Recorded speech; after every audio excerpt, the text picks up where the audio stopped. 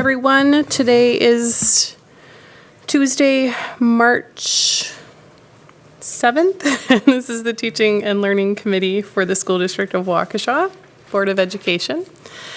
Stacy, can you please verify that the meeting's been properly posted? Yes. Thank you. Our first action is to approve the Teaching and Learning Committee meeting minutes from the February 7th meeting. Mr. Coleman? I move approval as presented. Thank you. Second. Second by Mrs. Kozlowski.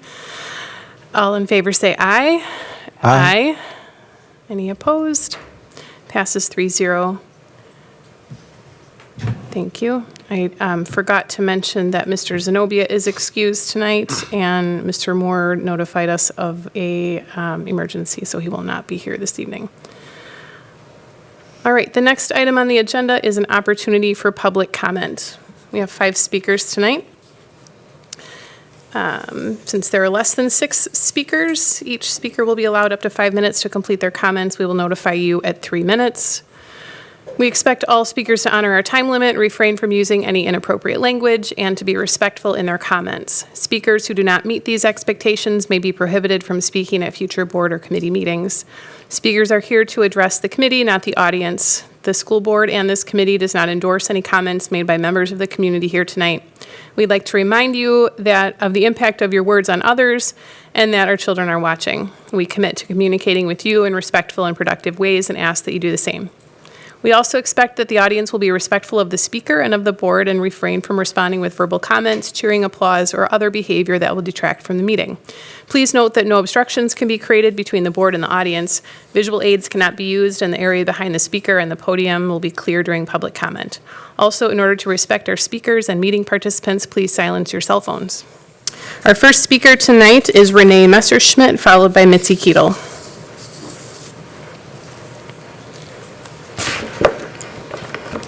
Good evening.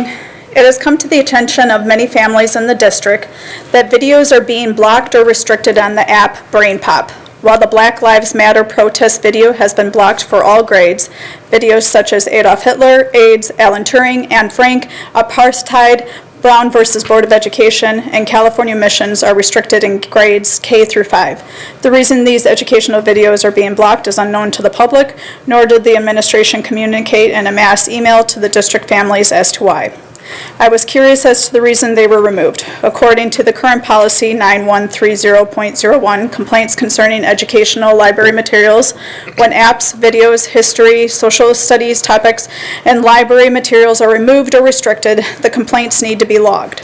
After some digging on the not-so-user-friendly Waukesha School District website, I found the Library Media Service Handbook, which this Teaching and Learning Committee suggested would be the go-to source provider for the removal of educational and library materials if the recommended policy changes to 9130.01 move forward. Following the procedure laid out in the Library Media Handbook under Section 6, bullet point number 7, the complaint is logged on the Google Doc Final Library Book Concern and Complaints Concerning Educational and Library Materials form is linked to the form.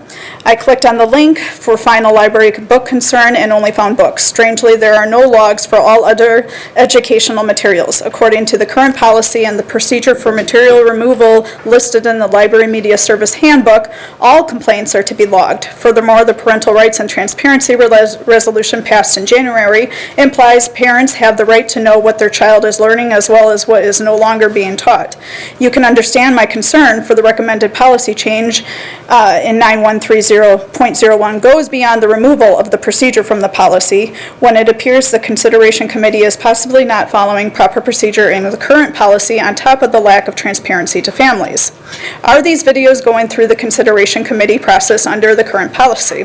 The lack of log materials would suggest the complaints are being blocked or restricted by another avenue. If the administration and board are not following procedure on this, I question what other things you're not following under current policy and procedure. Are you following different procedures other than the one that is listed under the current policy? And if so, why do you have the policy if you are not following it?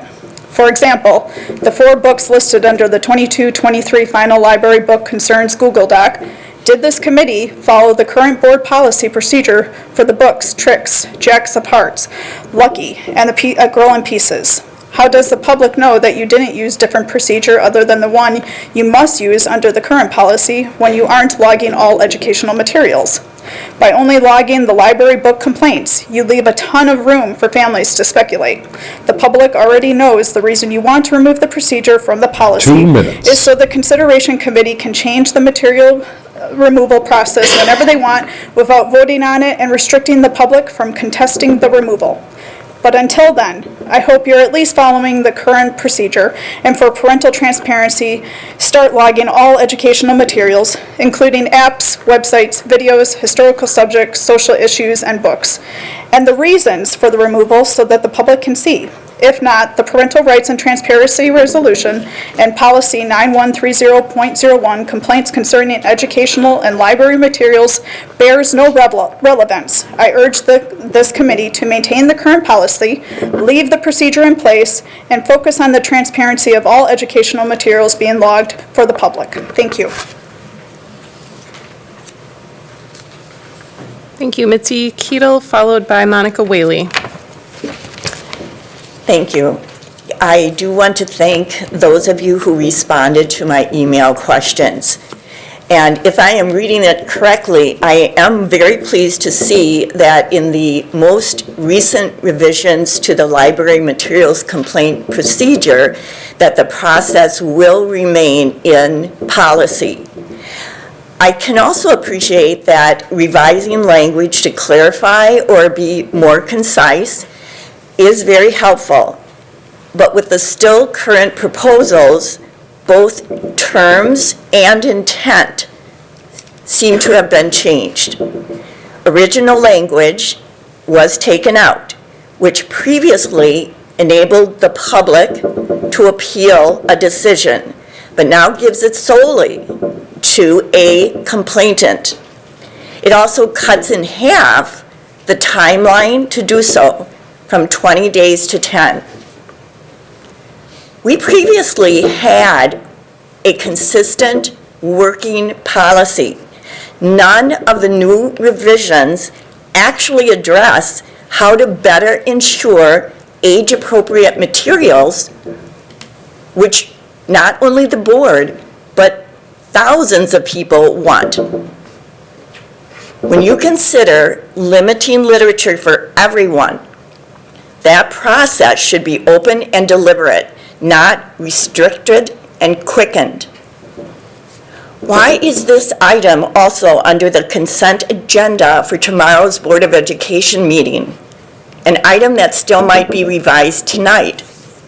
Consent agendas do project transparency and accountability when used for routine, non-controversial issues, minor policy changes that don't change intent, and items that have been fully vetted and discussed. None of those descriptors fit this issue. Last, it is misleading and an affront that legitimate questions about graphic materials, which should be scrutinized, are sensationalized and raised to a level that infers that these materials are rampant in our schools. State Statute 948.11 clearly speaks to the issues of pornography.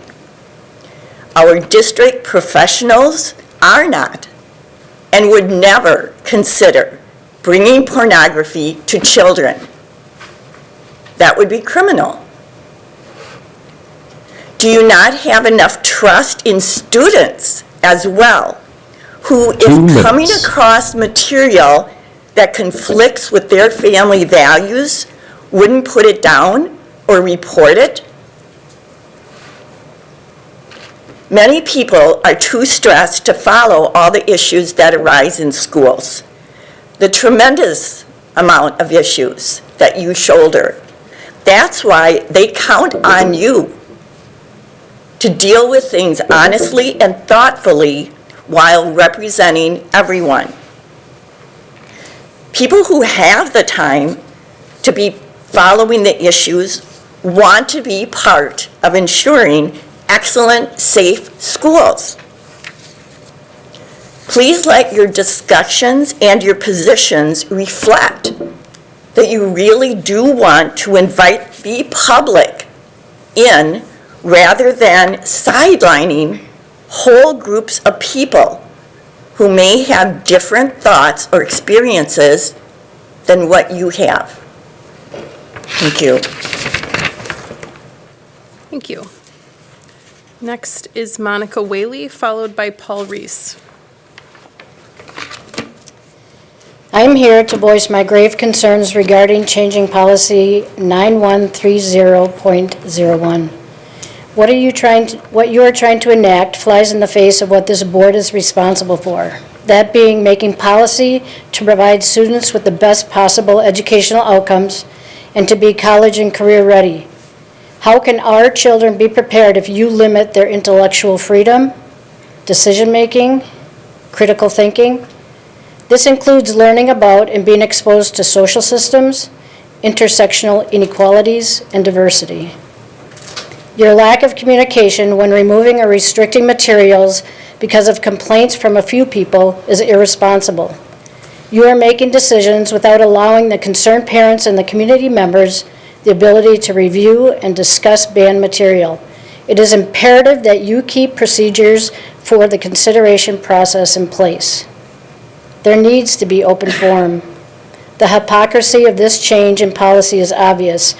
Your legal responsibility is to be transparent, not eliminate oversight.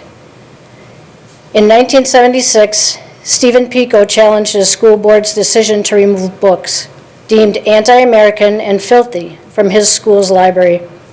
He claimed the books were removed because passages offended some of the people's social, political, and moral taste, not because they were lacking in educational value. The Supreme Court of the United States ruled in Pico's favor, citing the First Amendment. The public school cannot restrict the availability of books and its libraries simply because its members disagree with their content. I call on you to make the right and legally responsible decision. Thank you. Paul Reese, followed by Mark Blackman.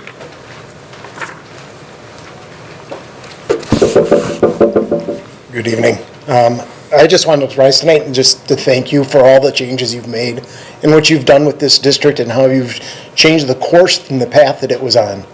I just want to bring back a little blast from the past. You know, in November, the number of students that were failing one class in 2019 was 54.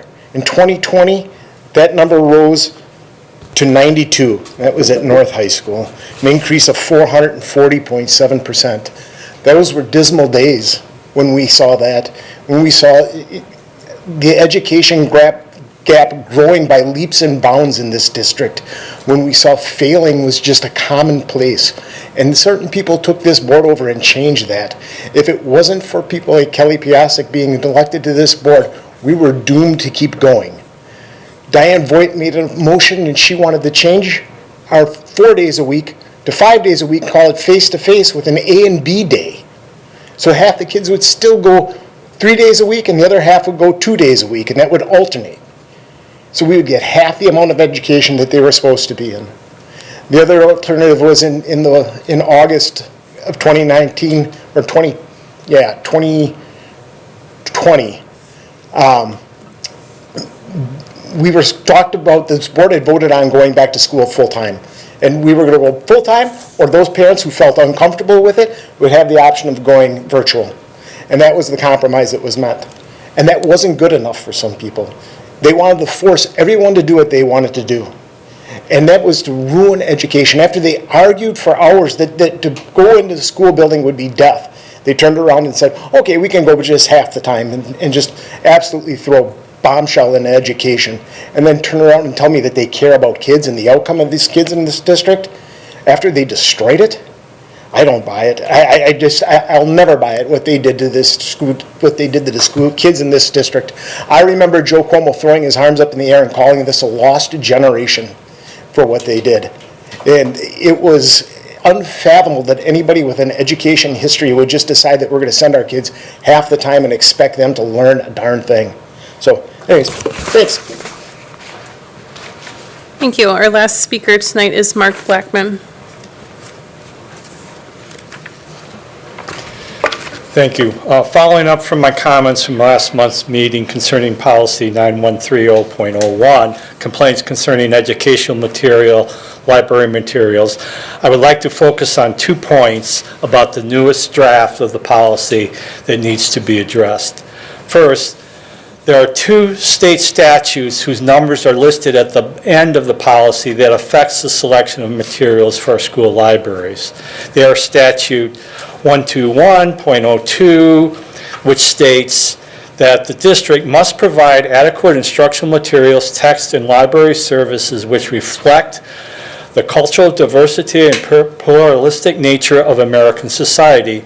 And PI 8101-2H3 states the district must provide library facilities within the school building and make available to all pupils a current, balanced collection of books, basic reference materials, text, periodicals, and audiovisual materials which depicts in an accurate and unbiased way the cultural diversity and pluralistic nature of American society.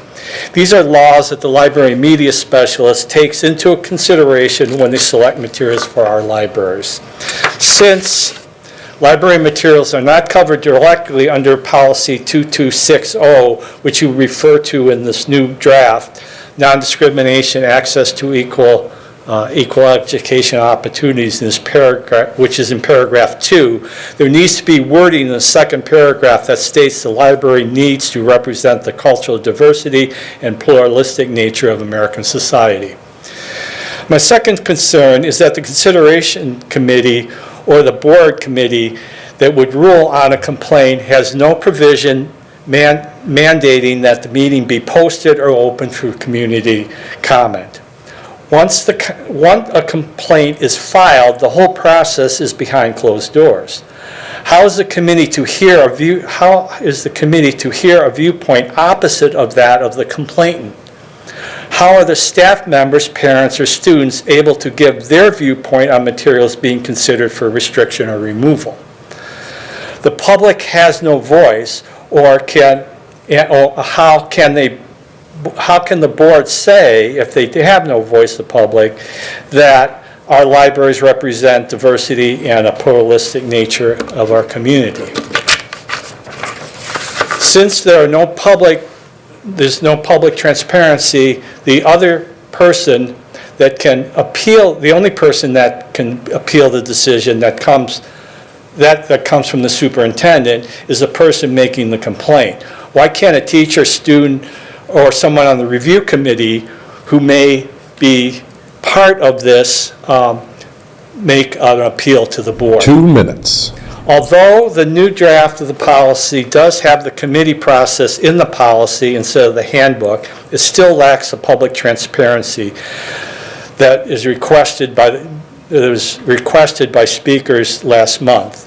Finally, I see that the policy changes are agendized for full board approval in the consent agenda. I contend that a policy of this importance, removing materials from school libraries and with such drastic changes to it, needs to be discussed and voted on by each board member at a board meeting as a separate agenda item.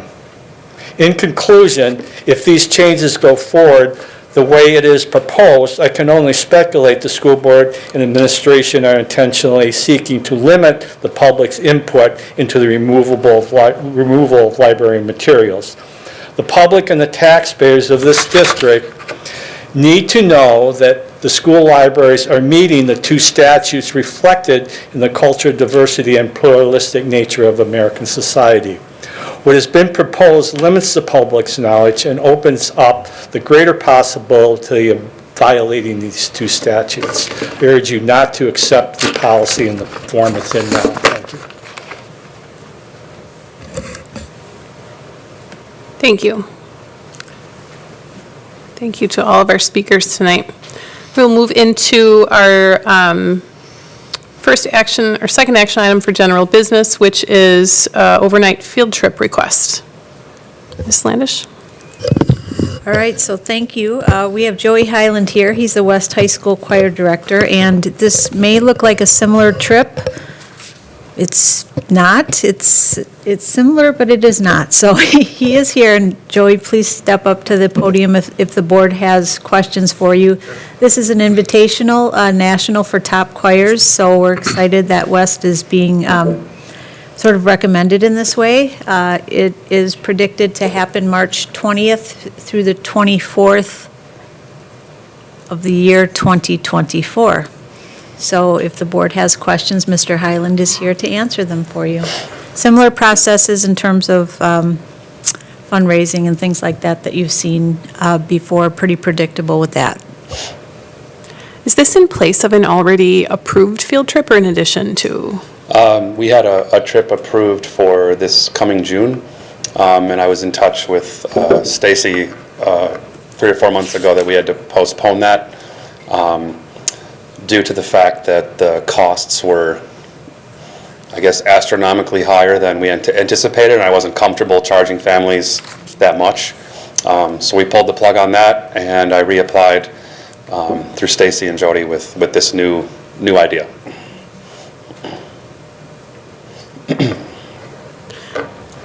I suspect cost estimates will become an issue for a lot of field trips, just given the uncertainty of travel. Really quick, I was able to secure a different production company that offered the experience at a much less cost to the family, so that should help. Mr. Como? And what was the cost differential? Probably $600 or $700 a kid. Wow, yeah. Appreciate you recognizing, that every dollar counts, and our students, and there is effort that goes forth into raising that money, and it just doesn't grow on trees, right? So appreciate that very much. Any other questions? Ms. Kozlowski? Thanks. So the rescheduling, does that change the itinerary at all of where, what, how, or just a date change and a cost savings? It's a day change. It's about 98% the exact same experience for the kids. They get to sing in Lincoln Center, hear and see choirs from all over the country that were invited to this, so it's a very unique experience. Great, thank you. Yeah. Any other questions? Okay, Mr. Como? I move approval of the trip as presented. Thank you. Second. Seconded by Ms. Kozlowski. All in favor, say aye. Aye. Any opposed?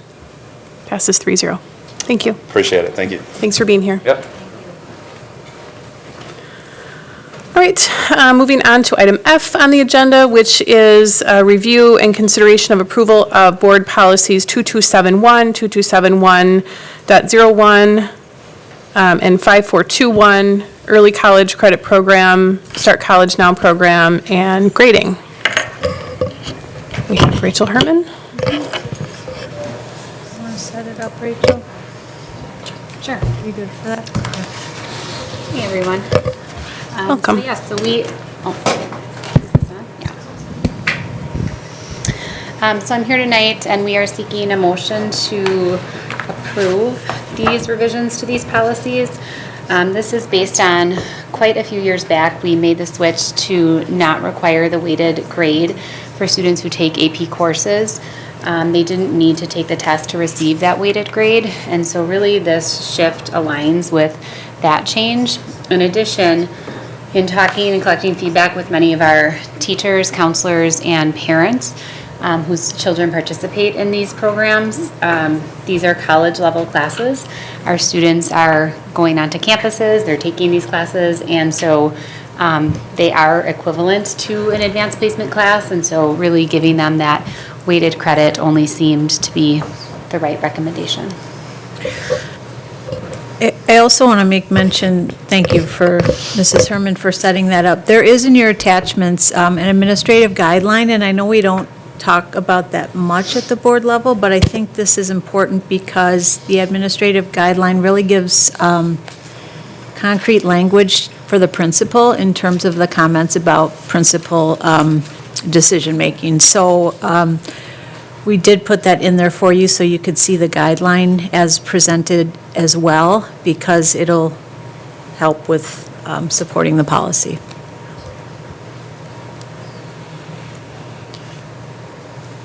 Mrs. Kozlowski. Thank you. And just to really kind of clarify what we're trying to accomplish here, there was some changes. Again, I think there was a financial narrative in this with the cost of taking an AP class in order to earn the weighted grade. So some of the processes that we've done and where this really impacts, that I want to call out, is our students within our district that are gifted and talented. In particular, several of them that have effectively exceeded the course offerings in maths and sciences that our district has, that they are forced to go on and take an accelerated college course. And with that, if we take a look at some of the parents and the students that are involved that are high achieving and looking to attend, top-notch schools, not having a weighted grade pulls and distracts away from their achievements to do this. So this is really, I think, a good attempt to pull back, to correct and reward our students that are high achieving, that are looking to go on and take and advance their careers so quickly in high school. I think this is a great movement forward. Mr. Como? Yeah, I agree that this is more fair to those students. The one thing, though, to just, I'm not an expert in college admissions, but a lot of times weighted averages are stripped and they go back to whatever. But that's a college decision. This is our decision. And I think this makes it more fair for the students. I have a couple of questions, if I could. I don't know if you had the opportunity to look at how many students this might impact over the course of a year. Yeah, so it fluctuates on a year-to-year basis. I look at Stacy because I literally have a computer box sized full of applications for this upcoming window. I think, on any given application season, we approve between anywhere from, what would you say, Stacy, 100 to? For the fall, upcoming fall semester, we have to review 639 class requests. That's classes, not students. Not students, yeah. So it's quite a few. Now, with that said, again, we're talking about AP courses here, not necessarily all the courses that a student might choose to take through ECCP. So we have students who take classes like nail tech, classes that, again, those would not be courses that we would be looking to approve for weighted credit. I would say courses like linear algebra. Linear algebra is one that I approve consistently. That's a course that many of our students would now receive weighted credit for. Biomedical engineering is a course that we approve pretty consistently. We have quite a few students who take some higher level social studies courses, so it just depends on the season. But it is quite a few students that this would impact. We do have the highest number in Waukesha County of students who take advantage of our early college credit and Start College Now, as well as dual enrollment programming. Well, and to put dollars to that, we do spend about, on the low end, I would say $170,000 to the upwards end of $210,000 annually for our students to be able to participate in this. So just wanted to add that to the numbers, the financial piece as well. Thank you. I appreciate you having that information. And if I could just clarify then, looking at the modifications to the policies in particular, I'm just starting with the Start College Now, which is 2271.01 under weighted grades. If I read that correctly, when we say taken and passed the AP course equivalent, so we're looking at courses that may be offered as an AP offering Here, or the correct. equivalent here. Correct. And so the changes to the language make that more formal, because you're already going through the process of approving those. Correct. Okay. Yeah, so we approve courses as long as there's not a course comparable. So a student who applies to take Physics 101, we don't approve because they can take AP Physics here. But provided they pass that and then they're taking Physics 2, which we do approve as a course, we would then give them that weighted credit. Okay. Does this impact in any way courses already taken that haven't been considered? So like, would we go back retroactively and change students? That would be really difficult to do because of the large amount of courses that have already been impacted. So we are making the recommendation that we would look at this policy moving forward, or implement this policy moving forward. However, we do have some students who I know have addressed this issue with me personally, and I think we would handle that on a student-by-student basis, that they could work with the building principal for students who are in fall courses right now. I think that we could explore that. I think going back and looking at students who are currently in high school but have taken courses their junior year, I think that would be really difficult to do because of the sheer value. Yeah, retroactive changes. I'm just asking what we're doing about We it. just That's all. haven't in the past where there's been similar kinds of changes, where we've talked about like weighted averages and things like that. And we've changed like requirements for graduation. I kind of lopped that into, it's a little different topic, but it's almost like we have to have a starting line that everyone knows about, and we go from there. And that's just how we've handled things in the past. Yeah, I just think we want to be clear about that. And then do you have a sense for what kind of impact this will make? So we met with all of our counselors to run this past them. They're really, on the forefront of looking at transcripts and working with students on, college entry, things like that. And a lot of districts already operate on this model. And so in terms of impact, I think to Ms. Kozlowski's point, I think this is going to really benefit some of our students who are really shooting for, I want to get into those schools and I want the GPA that's right here, and I'm taking Calc 3 as a junior, I'm taking Physics 3 as a senior, and these are really rigorous courses. And so I think giving them the weighted credit and valuing that you're taking a college level course is, I think, a win for students to experience. And so I think it's going to have a positive impact on our system. Mr. Coleman. And I know you're not advocating doing retroactive. I'm not. I'm not at all.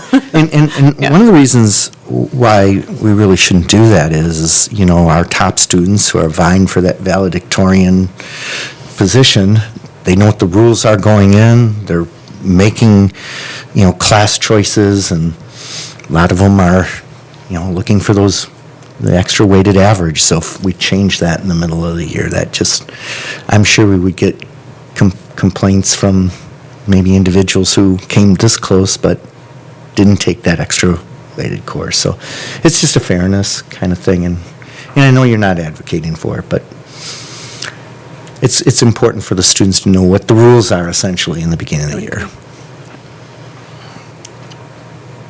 Any other questions? So what I would recommend, I don't want to just lump all of these together. Could we just look at the grading policy first and just to see if there are any specific questions on that one? And then I think the others have some more balanced or comparable changes. So in the grading, 5421 itself, there's a strikeout of the requirement to take the AP course. And then there's an insertion that's consistent with what's in the other policies. Are there any questions or comments about that one?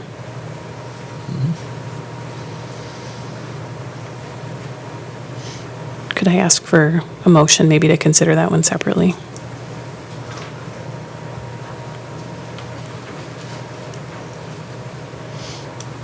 Is there a motion to approve policy 5421 grading? Yeah. Mr. Como? I do move approval of 5421 as presented. Thank you. Second. Thank you. All in favor, say aye. Aye. Any opposed? Okay, 3-0. Thank you.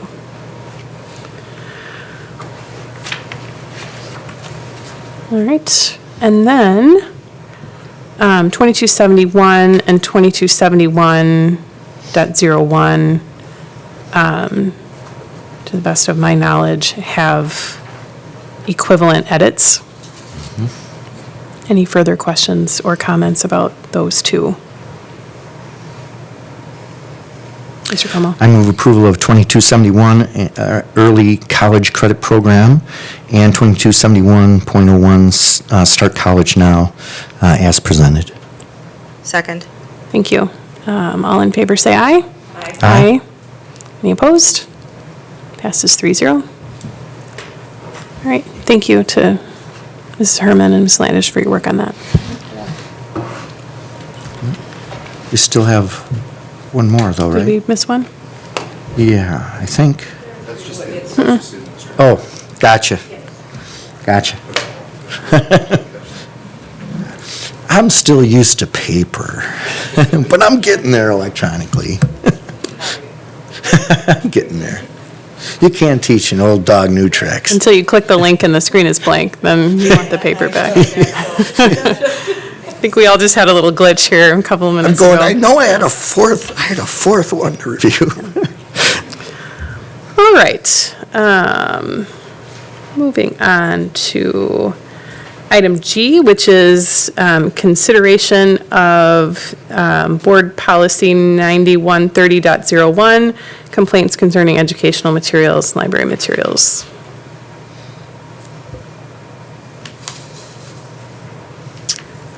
I do appreciate Mrs. Landish taking back some of the comments and feedback from last week and coming back with some combined language in the policy.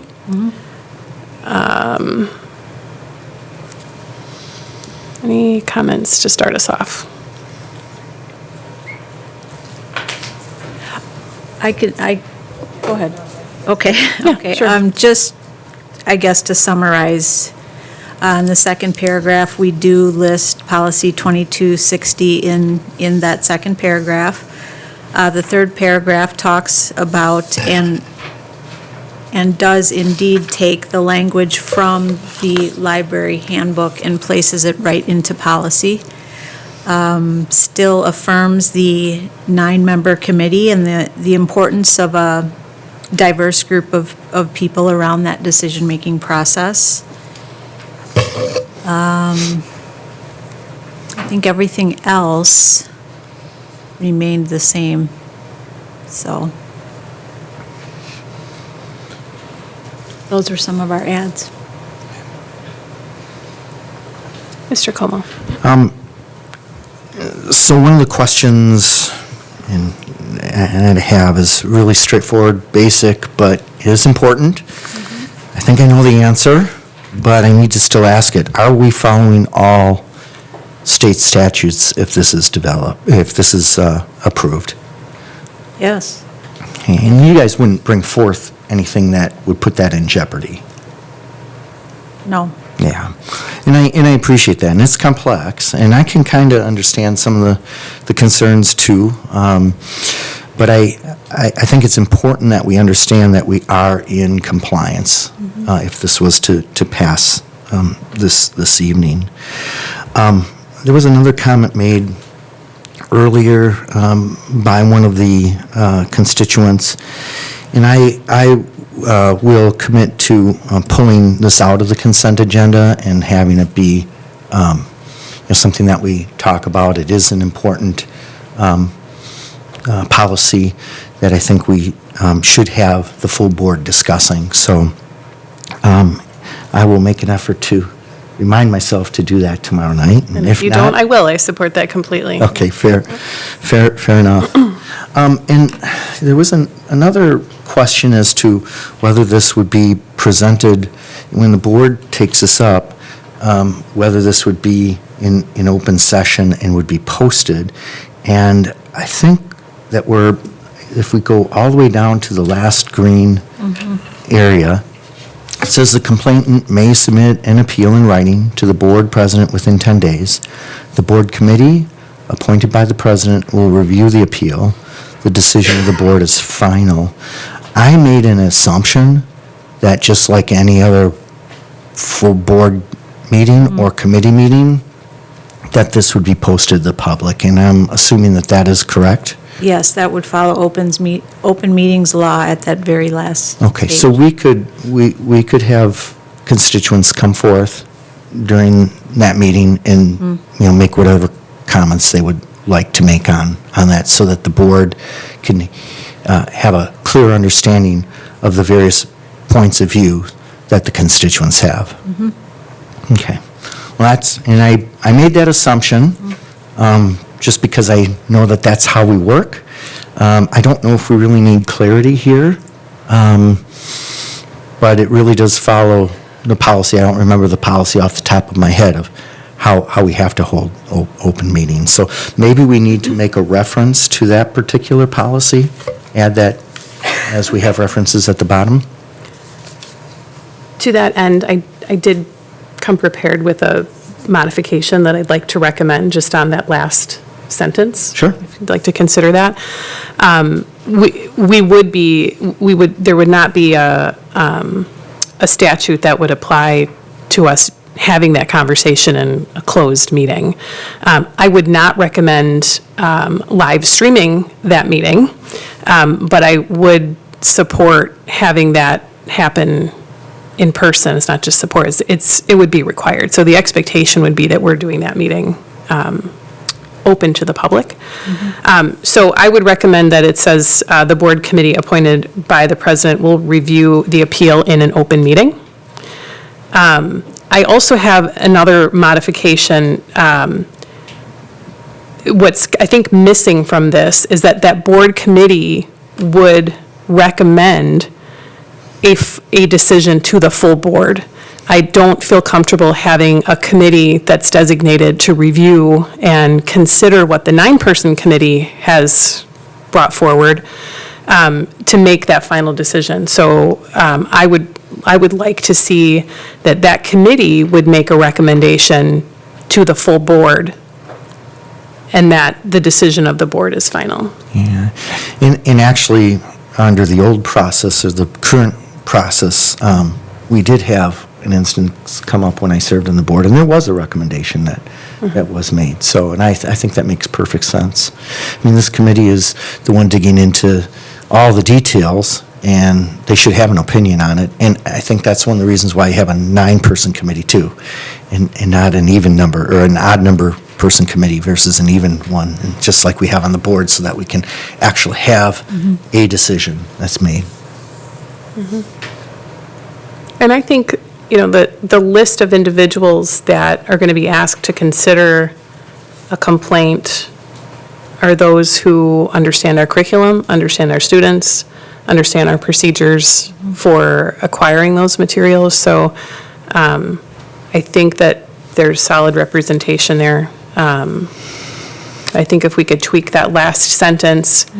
I also dabbled a little bit with the appeal piece, but as we're going to hold this through open public meetings, I think that solves itself, right? If the complainant accepts the decision of the committee, the process ends. Correct. Yeah. Yes. Now, that doesn't mean that someone else could And it does not. normally make a Yep, absolutely. complaint, and they would just go through the same process.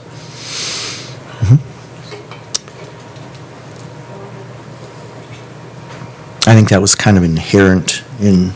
I think we need to clarify but that. Maybe we could add a sentence. If I understand what you're saying, I think it would not be productive to have the same concern brought multiple times. Is that what you're saying? Yeah, and actually, we might even want to consider that, the decision is upheld for a certain period of time.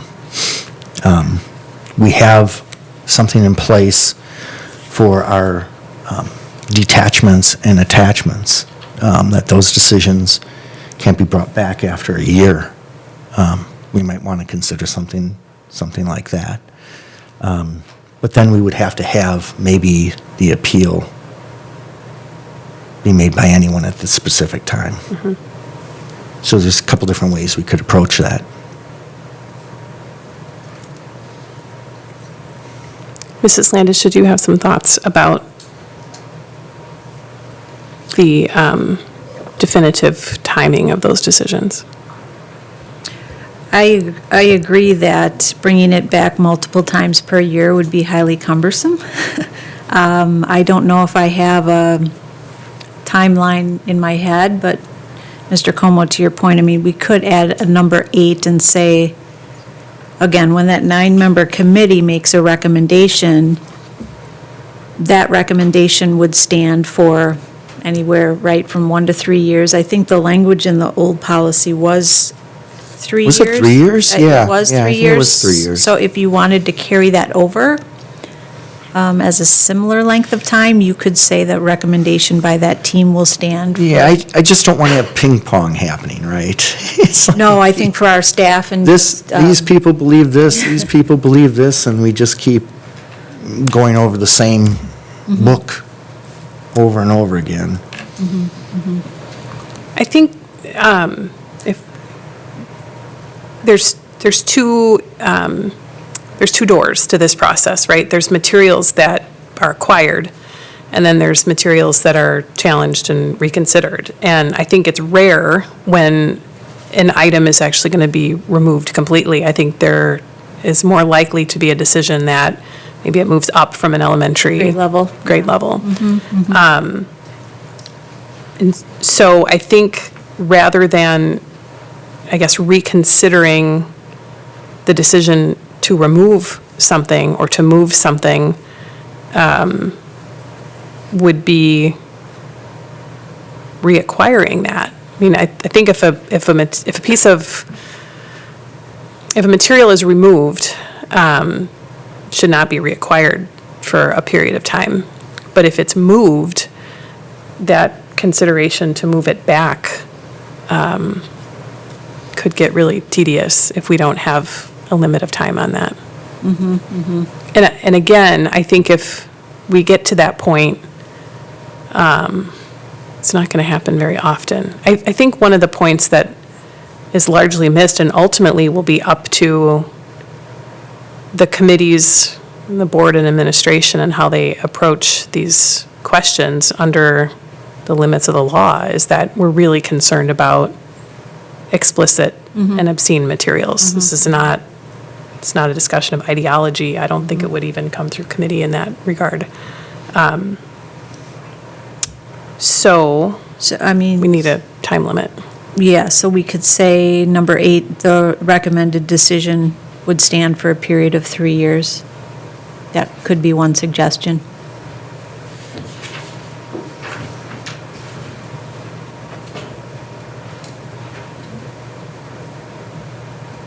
Or you could come with a counter if you'd like. Yeah, I do think that that needs to be clarified, that that's not an automatic go back to where it was, right? So reconsideration of that specific material or reacquiring or replacing that material would Yeah, I not just. be allowed for 3 years. Not allowed, I don't. Well, again, I think if we just keep it broad, Dr. Piasek, about the recommended decision, then it would speak to A through D. Meaning whichever decision that was made, that would stand for a period of 3 years. So whether it be moving it. And what I'm saying is I think we're ultimately saying reconsideration of that decision would not be brought back for a period of 3 years. So I don't want to imply Okay. that we're reverting after 3 years. I want to, Yeah, So I just want to be I see really the clear about difference. that. I see the difference, yeah. So would you suggest that right after that is reconsideration of the material? Reconsideration. Of the recommendation? Or of the materials? I think of the recommendation, if we wanted to be broadly. Reconsideration of the, Decision, yes. Yes, not recommendation, but decision. Right, reconsideration of the decision will stand for a period. The decision shall not be reconsidered until a period of 3 years. Thank you. Mr. And Como. instead of having that be .8, maybe that should be the last sentence at the very bottom. Because then that, I think that clarifies it even more. So the decision of the board is final and cannot be reconsidered for a period of 3 years. Yes, that would be a good way, an eloquent way to. Say it again. The decision of the board is final and cannot be reconsidered for a period of 3 years. Does that just infer it's the board's decision for 3 years and not the 9-member committee, though, if that's where you put it? Mm-hmm. Yeah. See what I I'm missed saying? what you said. So if we take the suggestion as the decision of the board is final and cannot be reconsidered for 3 years, that implies that the board decision is final within changes cannot be made within 3 years, but if it never gets to the board level, that means that 9-member committee, there's no time frame for that recommendation. I see.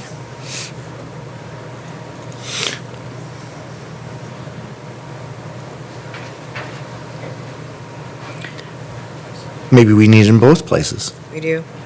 Have a number 8? If that's what you, Yeah, unless there's an appeal, it would end there. Yeah. yeah, we can put it in both places.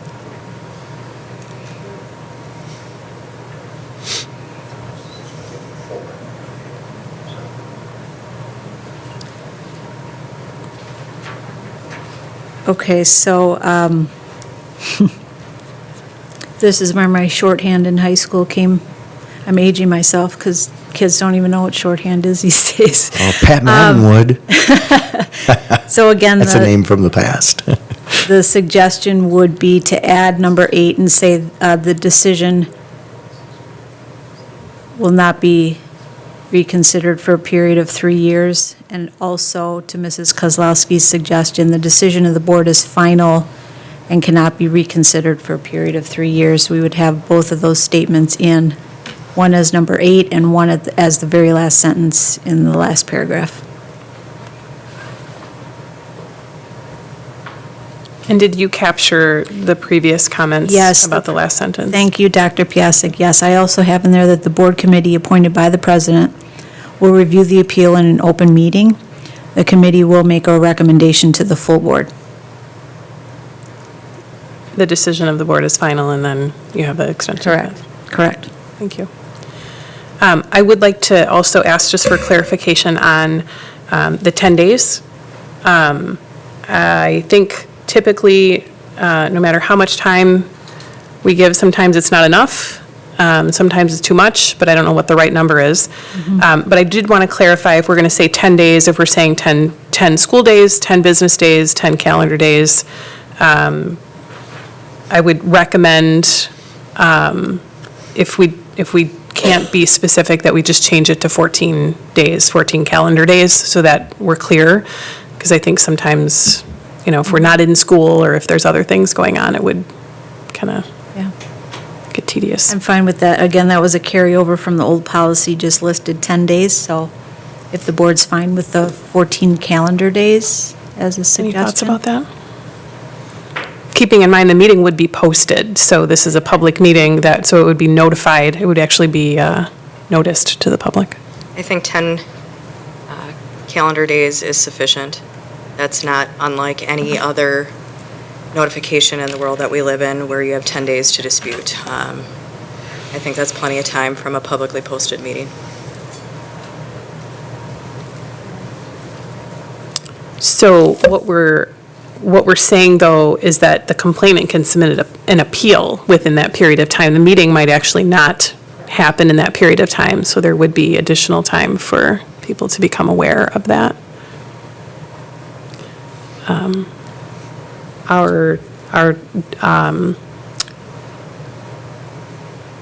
complaints policy, our other complaints policy has a 10-day appeal Well, this would be singly the overall district's complaint policy.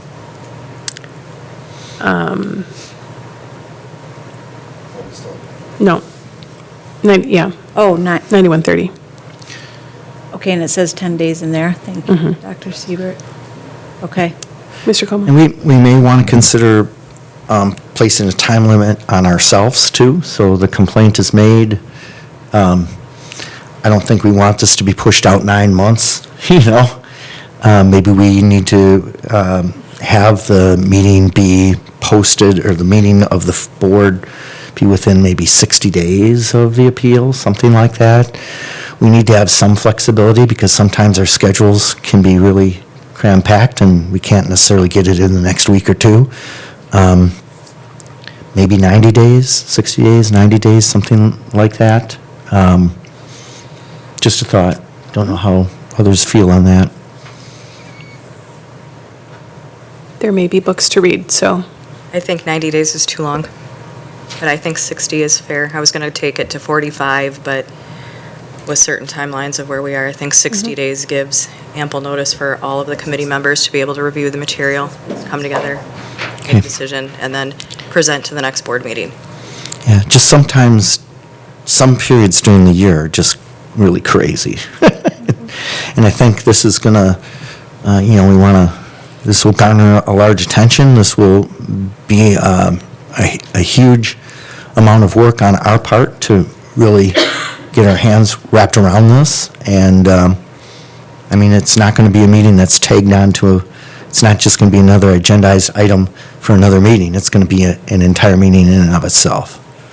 So essentially, it's a special meeting. So the other policy Dr. Siebert pointed out does mention 10 business days. It does have the word business day in there, so if this committee thinks that's appropriate, we could just add the word business to the 10-day sentence. Yep. Yeah. I'm fine And with they that. match. Do I hear a suggestion around putting the amount of time for the board committee to convene? I would extend that sentence that says, we'll review the appeal in an open meeting within 60 days Okay. of receipt Receipt of the of the appeal. appeal. This is where a pencil would come into handy, but I have it. Thank you.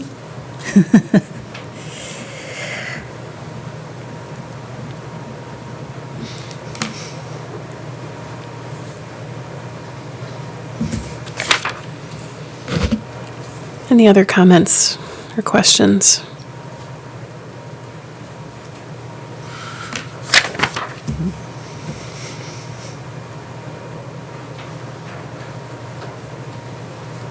Mr. Como? I'll move approval of 9130.01 complaints concerning educational materials, library materials, as presented, or as amended. modified. As modified. Second. Thank you. Mrs. Landish, I hate to put you on the spot, but would you mind just reiterating those modifications so that we're all in agreement on what we have? So as modified means we're adding number 8. The decision will not be considered for a period of 3 years.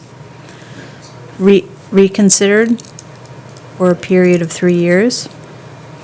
The last paragraph will read, the complainant may submit an appeal in writing to the board president within 10 business days. The board committee appointed by the president will review the appeal in an open meeting within 60 days of receipt of the appeal. The decision, let's see here. The decision of the board is final and cannot be reconsidered for a period of 3 years. The committee will make a recommendation to the full board. That's,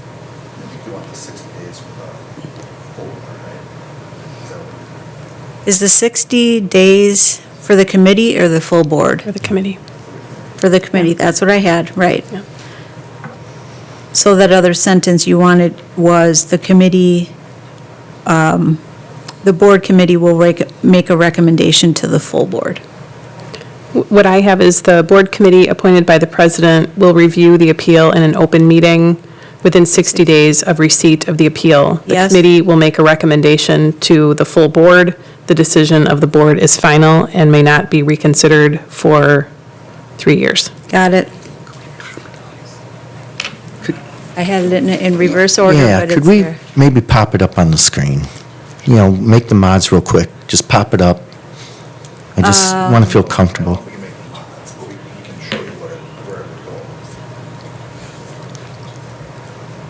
Yeah, I can't actually do that. I mean, I just think Julie Kelleher Oh, okay. modifies all our policies That's- through Neola. I mean, I can read it one more time if you feel comfortable with that, the last paragraph. Yeah, I got a little, as you were bopping back and forth between, is it going to be on number 8 or not? Well, And I got- that's clean. I think number 8 is clean, where I had sentences. Maybe you just read that final paragraph I then will one more attempt time. to do that, all right. The complainant may submit an appeal in writing to the board within 10 business days. The board committee appointed by the president will review the appeal in an open meeting within 60 days of receipt of the appeal. The committee will make a recommendation to the full board. The decision of the board is final and cannot be reconsidered for a period of 3 years. I got it. That's it. That's, Maybe we should, in the last paragraph, say the board committee, as opposed to delineate. So is it the board committee, or is it, so we have the option here, the president has the option to present it to a committee. You could say it goes to F&F, right? Or are we thinking it's going to be the full board that will, the full, the board as a whole? Maybe we should be clear on, Here's my interpretation of that, that whoever the board president is can appoint a committee of board members, Correct. 3, 5, 7, 9, whatever that is. correct? That committee would make a recommendation to the board, but this decision is made by the board. So if any board member, just like we do with any other committee business, okay? the decision wouldn't be final until So every is that, board is member that voted clear on that. in that last paragraph? I'm just asking that. I think it is. The complainant may submit an appeal in writing to the board president within 10 business days. The board committee appointed by the president will review the appeal in an open meeting within 60 days of receipt of the appeal. Yes? The committee will make a recommendation to the full board. The decision of the board is final and may not be reconsidered. Maybe for just the 3 years. decision of the full board. Full board. The decision, That will help me. okay. Added. We had too many, we had 2 committees and the full board and, you know. I mean, I fully appreciate that small committees sometimes may not make a decision that is agreeable to the whole board, which is why the decisions we make here tonight, we'll have to be very transparent about tomorrow night. But I also can appreciate, just from experience, that not all board members approach this work with the same energy and enthusiasm that some would, and so we want to make sure that we have committees who are going to do the work that we're asking them to do. But I would not want a subset of the board making an important decision like this. I think everybody has a responsibility to participate in this.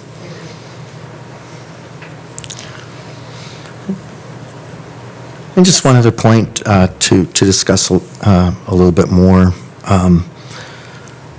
Library materials, the question was brought up by a constituent. Are videos included?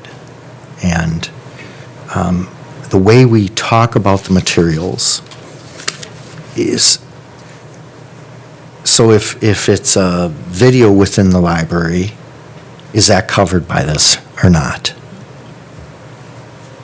I assume it is, with how it's written.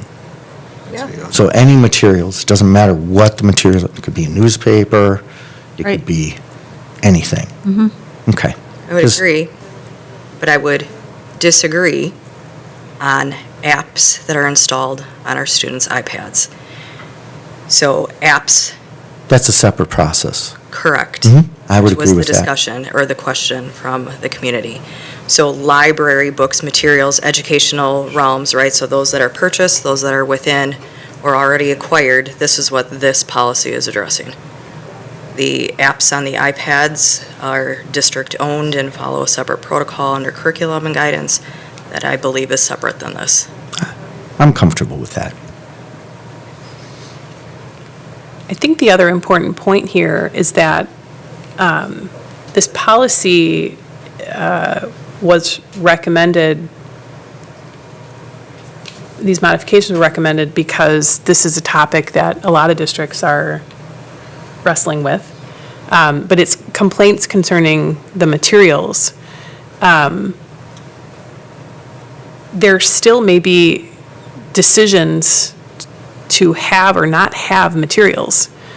As I mentioned earlier, there's 2 doors to this process, right? So we can't have everything. We don't have the capacity to have everything. So making decisions about what we need and what we have, for those things that were required in statute or in policy to approve as a board, we do that. For those things that are supplemental to the curricular materials, we look to administration to do that. So there may be things that come and go in those materials that are not coming and going because of complaints raised by community members. They may be coming and going because of financial resources, because of necessity for those materials, or because of a decision that there's something better or different. So this is about how community members and parents can bring these concerns forward. Employees as well. But this isn't about the everyday decisions that need to be made about how best to use the resources that we have.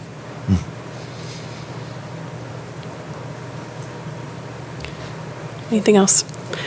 So based on the modifications that we made inside of the seconded motion, I'm going to recommend, if you wouldn't mind, retracting the motion and the second, and then if you're okay with that. Yeah, I'm okay with retracting, and then I'm okay with making the motion Thank you.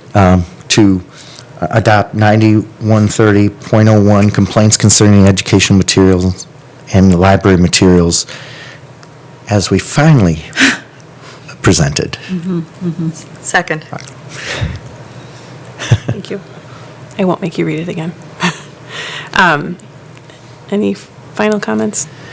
Yes? Just Mr. real Paul? quick, if this passes, I think it's really important to get this out to our fellow board members, if we can, as soon as possible, so that they can have some time, either tonight if possible, or tomorrow, review it before the board meeting, so. What's that? Okay. I will see Julie Kelleher first thing tomorrow morning, so she can revise it for me. And Maybe a copy on the desk, just in case people didn't get their email or Sure. weren't able to get into board docs. Absolutely. Yeah, I know. Okay. All right then, all in favor, say aye. Aye. Aye. Any opposed? Hearing none, passes 3-0, and we'll move forward for discussion tomorrow. All right. Item H on our general business is an update on common school funding purchases. Mrs. Landish. So sure, as routine for my monthly report out are just the list of acquisitions in the common school funds. You will notice big expense for a technology purchase, which is a newer expense there, as opposed to just the attachments for library books every month. And this is, really helps us equalize the technology in what all the schools have in the library, from scanners to MacBooks to iPads for the aides that are in there helping and things like that. So this will be part of a bigger 3-year library plan that comes forward to you, but in equalizing that, we were able to purchase that from common school funds as well. Otherwise, pretty routine titles from various schools. Mrs. Kozlowski. Thank you. You're welcome. I think you'll be happy to hear that I spent more time kind of going through this one, and I think that the process that we've created for purchases is working. I think we've adapted to it, and I'd like to move us now going forward into that audit mode. Okay. So every 3 months, every cycle, how we want to do this as we're doing it, I'll leave that up to you to redefine. Okay.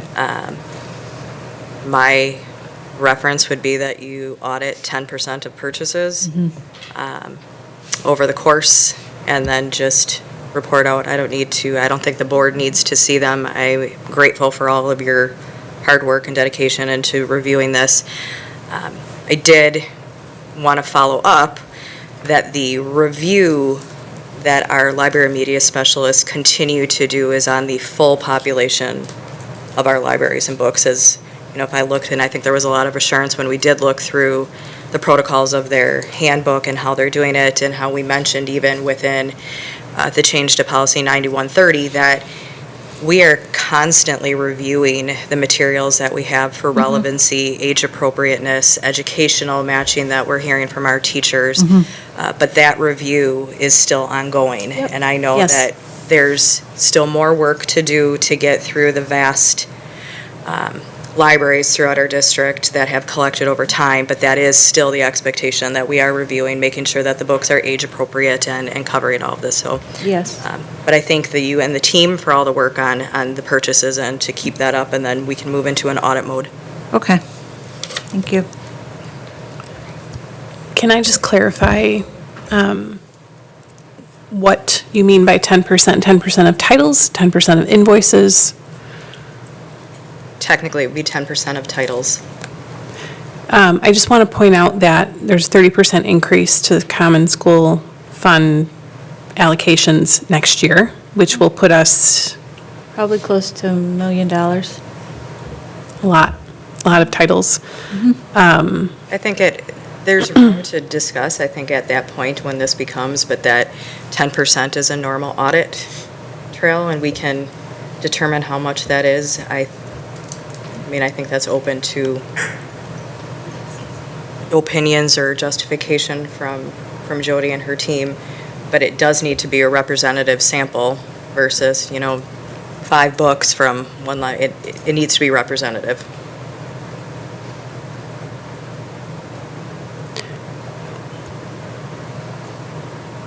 Are you open to having Mrs. Landish come back and kind of share a plan?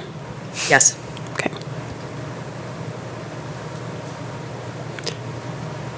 I think we're blessed with these resources. I think it's something really valuable for our students. And the fact that they're multimedia resources means that it gives us a lot of flexibility. And I think that as more dollars become available, it is important to make sure that the process is working and that we're allocating the resources appropriately. But it becomes more of a challenge to balance all of that. So, I kind of envision like a quarterly report for the board, if that would be appropriate. Still following my same process, I would say. But we can make it happen. okay. All right. Anything else? All right, thank you. Moving into our content areas, we're going to start with literacy tonight, and we have an update on our assessment of reading readiness. Welcome.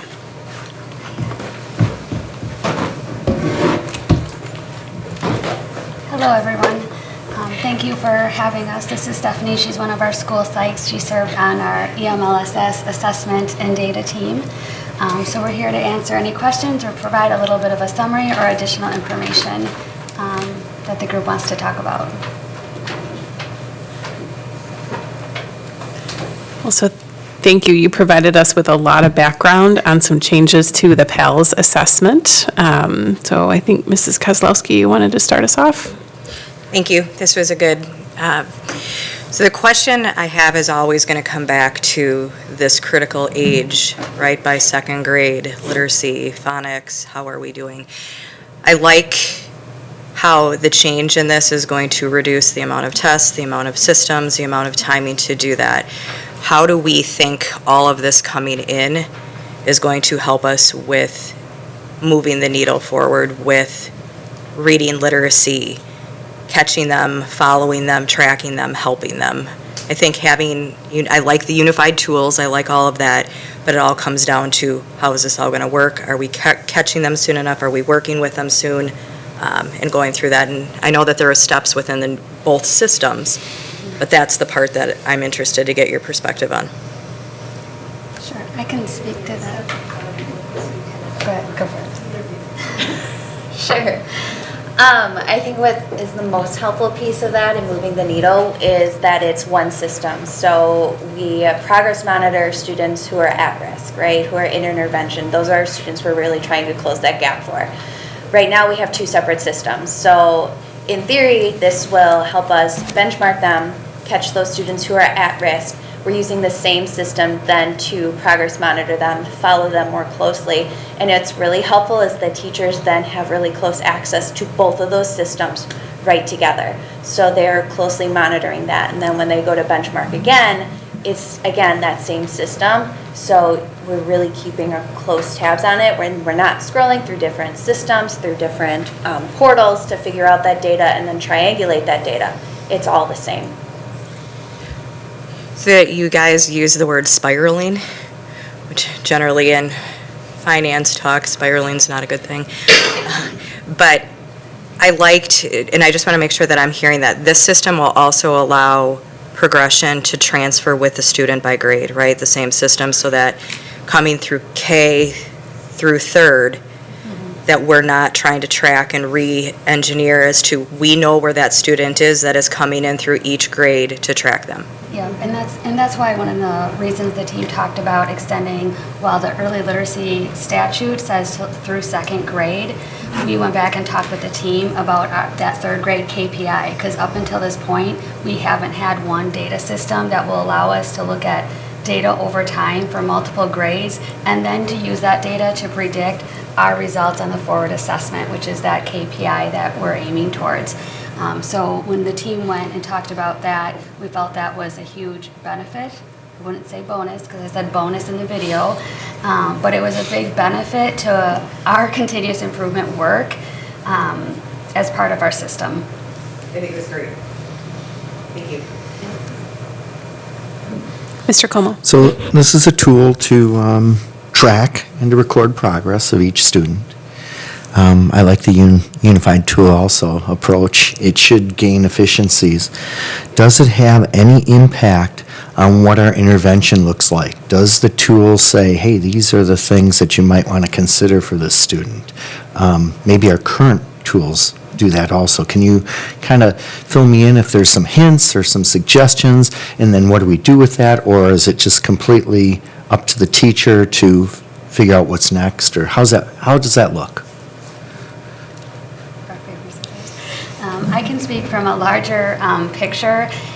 In every assessment system, they're going to mark it a way that they identify like the next step for instruction for students. Currently in the MAP assessment, they identify it by an asterisk of these are the key standards that you should be teaching next. In the FastBridge assessments, they do offer some next teaching components. In addition to the assessment, they do have some intervention resources. Now, we have not vetted those because we already have interventions, in place. But as a district, with any continuous improvement, we'll need to evaluate what we have. Is it working? And these might be some considerations as we move forward in our interventions. Okay, and you are planning on doing that, I'm assuming? Our first step is to get some comment. We have some deliverables for our team. We are looking at secondary interventions. Rachel's back there probably nodding because that's been in the works with some of the scheduling conversations and that sort of thing. But I'm not going to say that FastBridge is going to be the assessment and the intervention tool. Okay. We would want to vet those interventions. like That's fair. everything else. That's fair. I know I'm getting a little ahead of the game, but That's okay. Yep. Questions?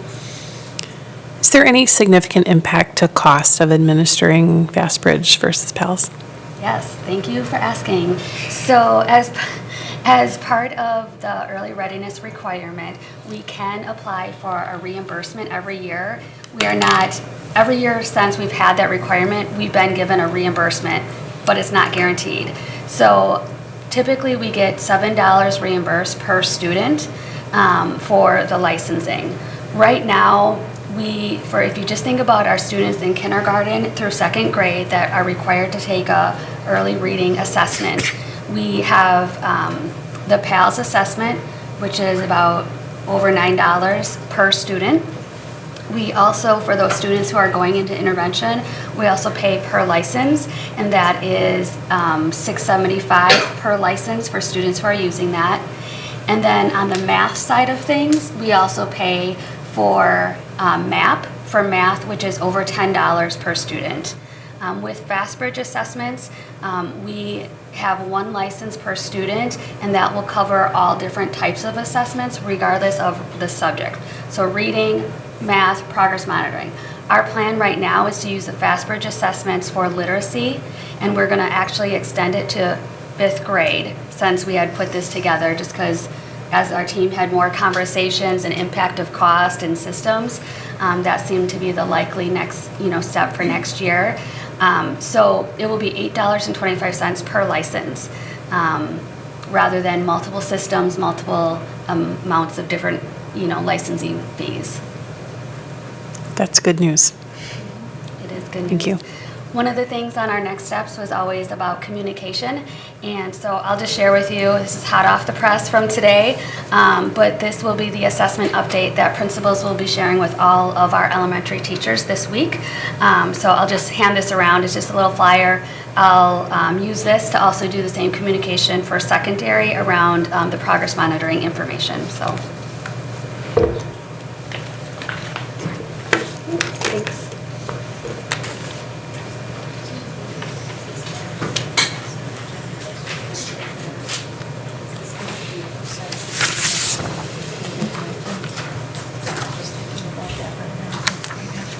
get a few more for the record. I got lucky. Files at home. I don't want to take some home. My kids won't be interested.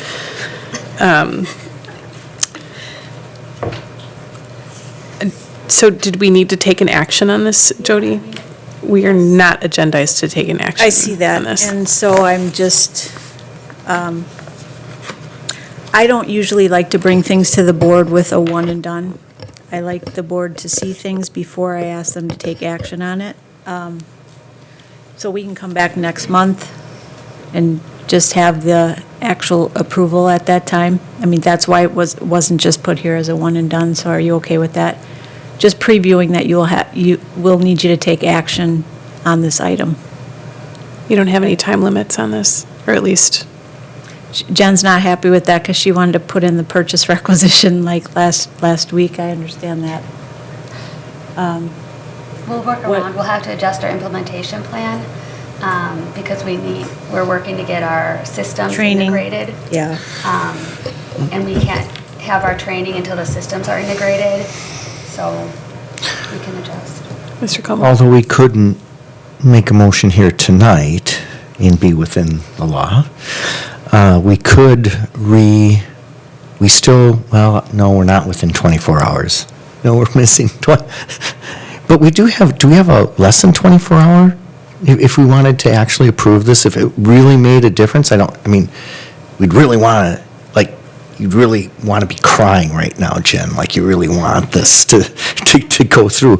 But we do have a means to have emergency change to our full board.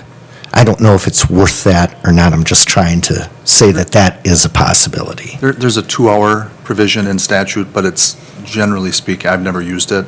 It's generally reserved for really significant emergent situations. Okay. So I don't know that I would suggest that we do that. Okay. I would say unless there's emergency or unless we're up against a deadline, we always have the opportunity to add something onto the student services or, on the back end if we wanted to notice a meeting for this purpose. But unless we're in crisis mode, I would not take advantage of the emergency provision. I do know we have proposed training set up. If in April 5th, that's our next full board meeting, is April 5th. We still work under the timeline with that? We'll have to move training because that won't give us enough time to set up the system integration and data warehousing. So, but we can move that. I mean, our implementation team would have just less time with use and getting prepared for the next year, but we can definitely move that back. I mean, again, I don't like bringing anything to the board that feels rushed, and so the reason why we don't just bring action items one month after the other, so. And I didn't mean to cause any trouble to force something through, so just brought it up as a fact. That's Keep all. it up, we won't let you come back. I know, hey? Well, that might be arranged anyways. Keep you. Right. We'll be back on April 4th and 5th for the motion to approve. Yeah, and if you guys go back and discuss and you need us to take action sooner than that, we have options for how we can do that, so. Subcommittees, sure. Thank you, Dr. Thank you. Piasek. All right, thank you. Thank you. You're fired. All right, next content area Some fun. is math. We will have an update on the elementary math curriculum review.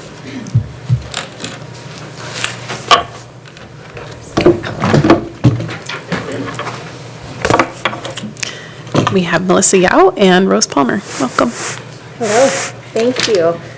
We thought that we would start off with just a brief overview that we're here to talk tonight and go into more detail about the two resources that we are piloting at the elementary level for mathematics. The first one we have is iReady, and the second one is Bridges. Does that help? It's okay. Ooh, now I'm echoey. So just to go over iReady, the pilot has completed on that. The teachers have been filling out the rubric and now are in the pilot of Bridges. So iReady, we have gone through the full pilot, K-5. We have special education teachers involved, monolingual and dual. In an adoption of iReady, we would be getting hard materials for teachers and student workbooks. And then there is also the digital experience. So you can see on the right, which is the Classroom Central, which has everything electronic for teachers. So this is following the same pathway that we have been taking for our educators with our previous adoptions. Also, a big piece of iReady is math discourse, and there are some discourse materials that help support the lessons. The digital experience includes an assessment in iReady, and so if we went with iReady, that would replace Math Map. What that assessment does is it assesses students, and then it aligns, and you can find out where your students are for each unit of their learning. And it helps to align for differentiation, for individualized student experiences, then to go in, which would replace Dreambox. So they have application time activities that they can get differentiated for them, as well as teachers being able to have students practice on activities that align with the unit that they are in. The iReady follows a structure of having a unit, such as a geometry unit. Within that unit, they call them lessons that are broken down into sessions, and the lessons are about 5 sessions, so like each week, and they're about 5 to 6 sometimes lessons within a unit. The format for the sessions follow an explore, and then 3 days of develop, and then a refine. During the develop sessions, that's where students are really talking and discussing and exploring the mathematics. It follows a pattern of discussion, and then students are trying it out on their own, and then they're connecting it to their experiences, what they know. In the refined sessions, that is a time for teachers to reteach, to reinforce, to personalize and extend, and that's where those assessment pieces really come in to help differentiate, as well as what teachers are seeing within the unit observations. A big piece of iReady that we have found is the differentiation. Once again, it has lots of guidance for teachers in the areas of reteach and extend, and then in the area of differentiation for English language learners. So in lessons in every unit, it has scaffolds in there already for aligning to the access levels of students. So in there it lets you know what scaffolds you would need to provide based on where students' English levels are. The iReady resources also come in English and in Spanish, not only for the students, but in the teacher resources, most all of it is translated for them at high quality, not just using like Google Translate. It is translated and written in native English, and that is another big highlight of the iReady resource. Once again, there are many layers to the assessments that come in iReady. There's that diagnostic piece, and then in each unit, there are unit assessments, there are comprehension checks that happen throughout the unit, and comprehension checks in each lesson. And then there are additional assessments if you would need them to go deeper diagnostically for students. Can I ask you a quick question about the assessments? I wanted to understand a little bit about this substituting for MAP. Yep. I assume, well, the couple things, with bridges, that wouldn't be an option. We would have to still have MAP. We would still need MAP, then what? Not necessarily. Okay. We transitioned in my previous district from MAP to iReady, and we used bridges. And Okay. teachers just found what Melissa said to be very true. It allows for the grouping of the kids. It puts the kids in groups so that you know how to intervene. It's just a different type of tool. Yep. Okay, that's good news, because, so we wouldn't need MAP then for the ELA side of any of this either? Does iReady have? We are looking at FastBridge for the entire literacy side. Okay. This, again, depending, as everyone has mentioned, we have to look at the overall picture once the math recommendation is made. The math curricular recommendation is made. Okay. So, and not to derail this, but maybe just a note, something I think we should probably come back here with is if we're going to change, if we're going to move away at some point from MAP, then we need to think through how we help parents, students, teachers through that transition, because we've been using MAP for a very long time. And there's pros and cons to it. Obviously, I think I'm certainly open-minded to something else. But I think that transition will be very important. I think even just understanding that first to second grade transition has been difficult, but if we move away completely, what does that look like? How do we help parents understand how their child is progressing, despite the fact that we're using a new measurement stick? Yeah, absolutely. I mean, separate but not right from curriculum is the assessment process, and we have our EMLSS assessment team working on a lot of things right now, so you should expect updates along the way from them as they progress on their deliverables. Thanks. I was going to say, and what we put in the side room up here is you will find that there's samples for iReady for kindergarten all the way through 5th grade. They're in the boxes that are in that room. And then down in front of them, you're going to find that there's bags for iReady. Those bags are their newest version. They have a 2024 edition coming out. And if we would go that way, we would have access to the 2024 edition already for next year. So we just wanted to have that there, so if you want to look more closely at the program, you can see that in there. The main updates were in kindergarten and first grade to make it even more hands-on for those grade levels based on feedback.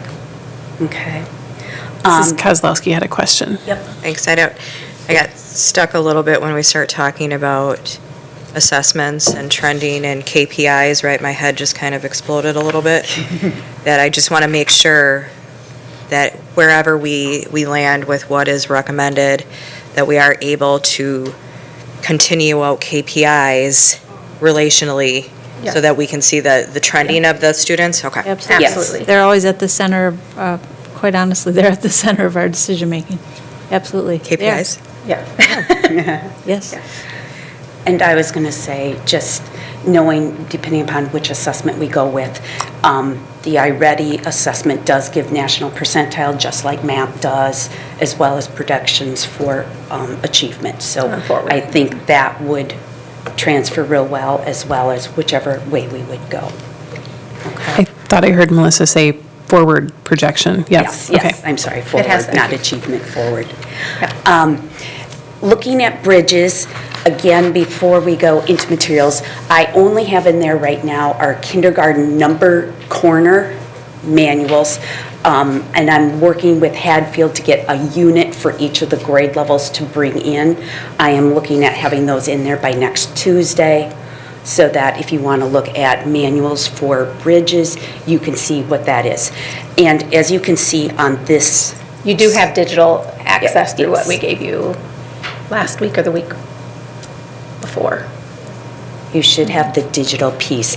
Both of them have that same digital component, so the teachers have their manuals as well as being able to work from home, let's say, and be able to pull up the digital one so they don't have to take their binders back and forth. Where iReady has the manuals, Bridges has their binders. And each unit is in a binder. Each grade level has 8 units, so they get 8 binders for each grade level. I'm not able to bring in all 8 because Hadfield is using theirs, but I can grab one that they're already done with to bring in so you can see what those look like. Along with that, they have the number corner, which is really about 3 binders when you look at the year. They have student books for number corner and student books for bridges. So there's 2 different workbooks students would get, or that we're looking at. For our pilot, we made copies of the pages that we needed since we were only doing it for a month. Within that, Bridges also gives math apps, which our math apps we're already using. And I think that was one thing that the teachers found out is like, oh, we've been using this in our apps, but we could do so much more, because they found out a few more tweaks with it. So you get the pre-made math activities for students to do within those math apps. And so that's pretty much the suite. You also get a binder for just assessments. You know, there's several binders for each of the individual things. As Melissa was saying about the dual language, within Bridges, they have the student workbook translated, so the student-facing workbook is in Spanish, but we are still working. Teachers are noticing that the questions that teachers have to ask students during the instruction, those are all in English. And so our dual language, who is piloting, is working through that piece of having to do that translation. So just a little bit of variant between the 2 programs, but I want to just point that out so you know where we're at. Within the lesson structure of Bridges, this is some of the things I think I talked about last month. They do a 60-minute Bridges lesson, which is your problems and investigations, and in K1, they do workplaces, so students are doing activities, games within the K1. When you get up to second, and especially third through fifth, then those workplaces maybe only happen 2 times a week or 3 times a week. So that's just how their 60 minutes of time goes. And then we, of course, are piloting the number corner, which is 20 minutes outside of that block, where they're looking at calendar collector, working on the number lines, some number strings, as well as some problem solving. And those number corners activities are sometimes a preview for what's coming, sometimes it's a review, a spiral review of what's already been. So just know that that's the structure that Bridges follows. As far as differentiation, each of the lessons will have this chart on it which says, here's your sessions, here's your modules for this unit, and here's where there's differentiation. And so they just have the dots listed there so you can see that there is some support in some of the sections of the modules. There's sometimes challenge, there's sometimes support, and then the ELL. And then as well as when we get into the assessment binders, they will also give some differentiation, which is what that bottom picture is showing. And then the assessments, they have their assessment calendar, so they will have a variety of different opportunities. They have their number corner have assessments as well as their Bridges along the way. So the same type of assessments that they can do. So that is kind of the nutshell of Bridges. And so we're piloting it. We'll come back with the results and make a recommendation at the next meeting. But if you have questions now, we'd be happy to answer those. One quick clarification. For dual language, math is typically taught all in Spanish, correct? Right now, what it is K3 is all in Spanish. 4, 5, currently it is, they do 6 weeks in English and then 6 weeks in Spanish. So they alternate with whatever's happening in literacy. So if literacy is in English, math is in Spanish. When literacy goes to Spanish, math goes to English to maintain the percentages for the dual language program. And so it varies constantly at the 4-5, but K3 is always in Spanish. Okay, thank you. Mrs. Kozlowski. Thank you. So in comparison, obviously with Hatfield has already pushed through Bridges, so we've seen some good success. And one of the pieces that I know that the students liked was having their binders, right, that they could take them home. So I'll be interested to hear the difference between iReady, which is more iPad-based.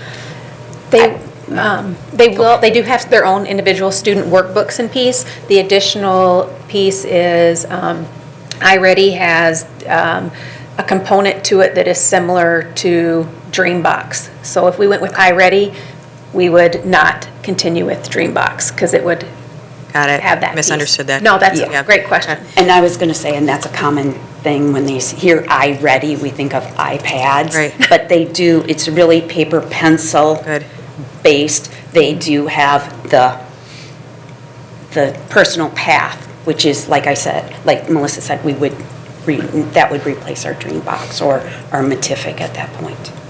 So moving on from one pilot to the next, do we have the same teachers doing 2 different pilots? Yep, so the same group of teachers did a month of iReady and a month of Bridges. How is that going? I'll be interested on that feedback as well, right? Just trying to learn new curriculum.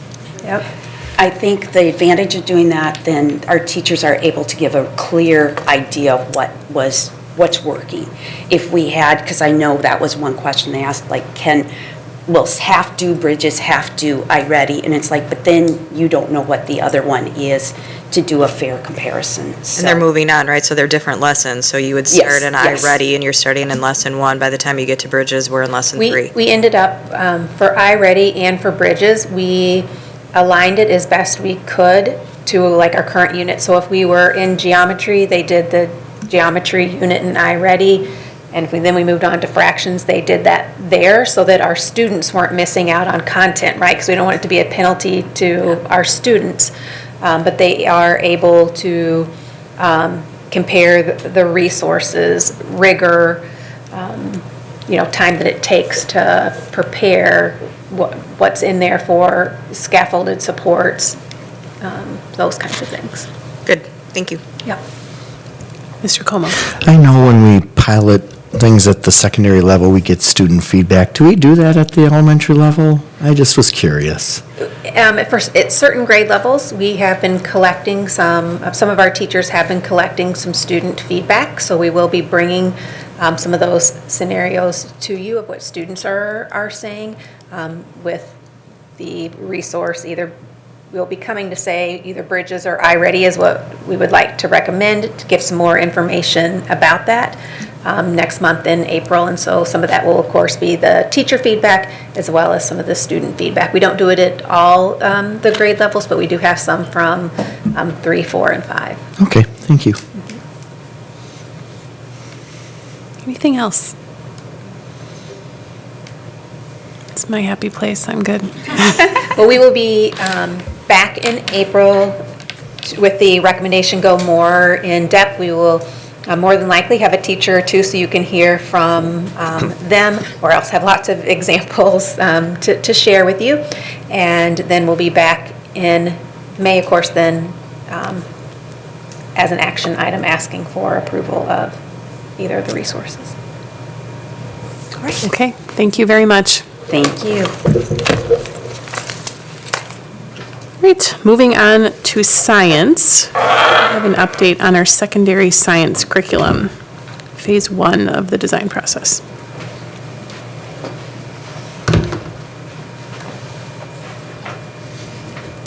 Sorry. Welcome. All right, so we have Erica Yass here. She's actually going to be doing most of the talking. She oversees our K-12 science, and we are in phase 1 of the curricular design process with our secondary science, specifically looking at our high school courses. So I know she put together a beautiful video of the work, and so we'll let her take it away with questions that you may have. Thank you for providing all of the background on this. There's a lot here, including some of the feedback that you received from the community. There was a pretty sizable response, it looked like, to the questions, not the community, the parents and families. Yes.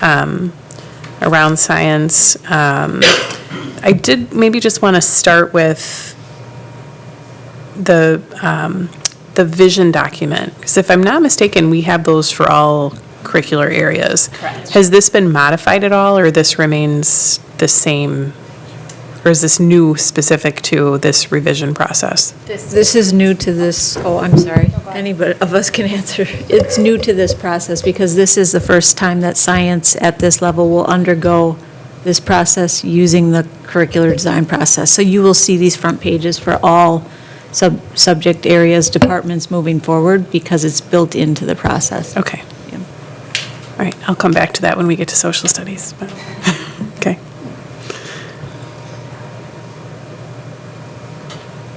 Anybody want to get us started?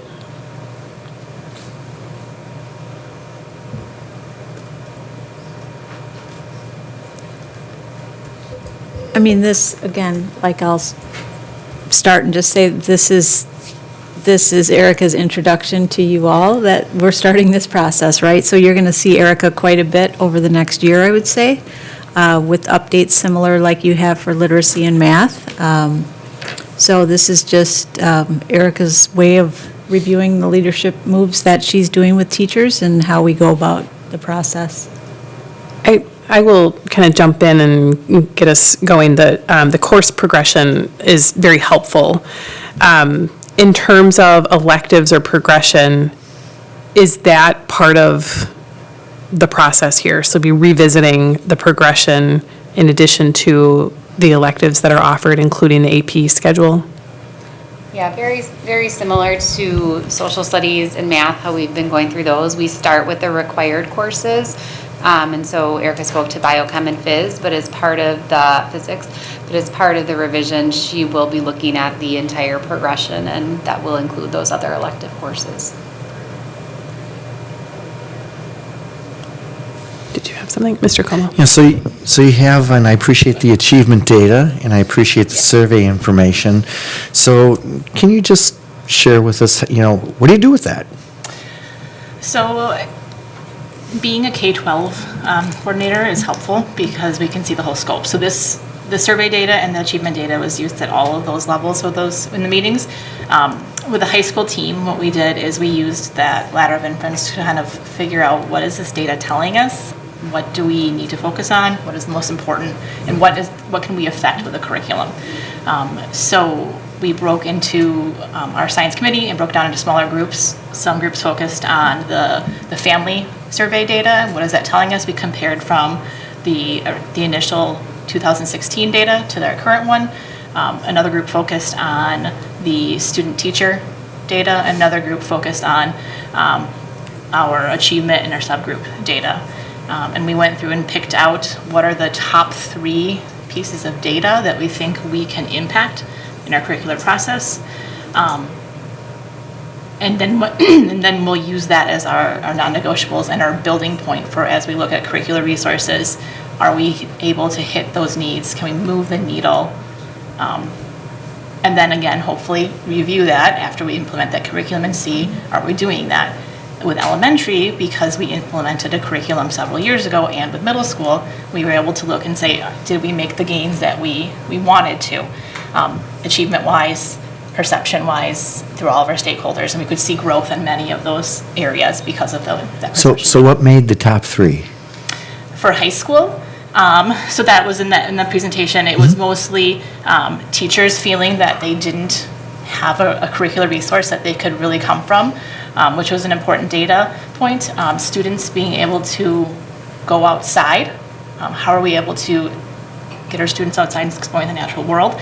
And then the other one for our survey data was the community members and the 21st century skills. How can we have students understand who scientists really are and what are the scope of their work beyond just someone in a lab coat that they see on Google Images. And I felt it was important that we share that with our audience as we're developing this. So it's kind of at the foundation. Yeah, our goal is to focus on the whole student and not just their academic score. Mm-hmm. Mrs. Kozlowski. Thank you, because the one comment that I really had was the feedback on not getting outside in science. Because I remember specific classes, going to the Fox River, doing samples, right, and being able to get all it. And I think that's an important piece. I liked the data, and I liked hearing the feedback. The one part that I would like to understand is, especially as we start to take a look at curriculum, is I don't know what the state standards are in the state of science right now. Like, so what is the state coming back? What are we seeing and hearing that as this is what we need to ensure that our students are learning? And how do we then implement that into curriculum, into the structure, outdoor learning, hands-on learning, all of those great things? Right.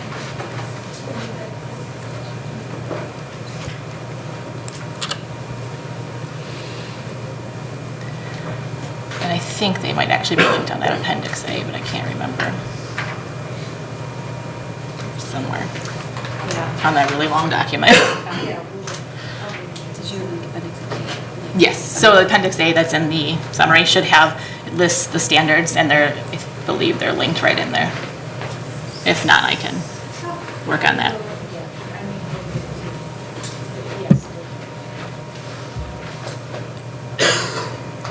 There's a lot, so.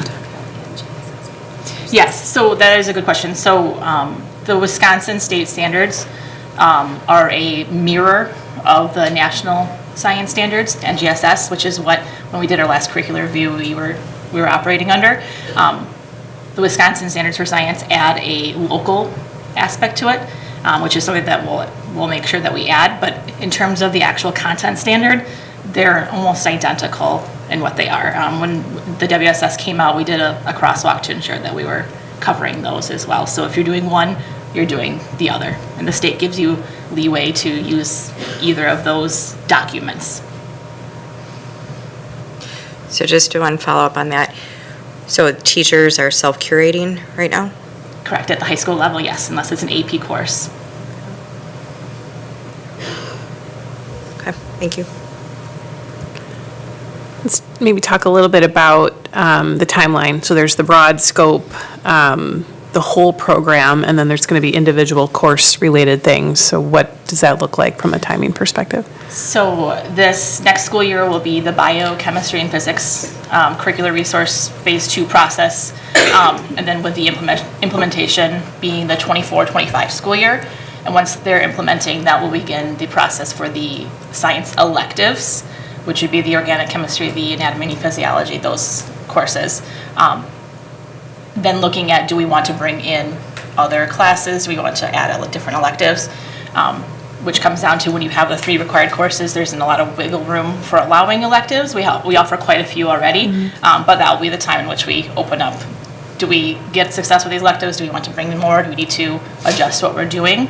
And then we'll move forward the process of doing those. The AP ones are just on their regular schedule of board approval for their College Board courses.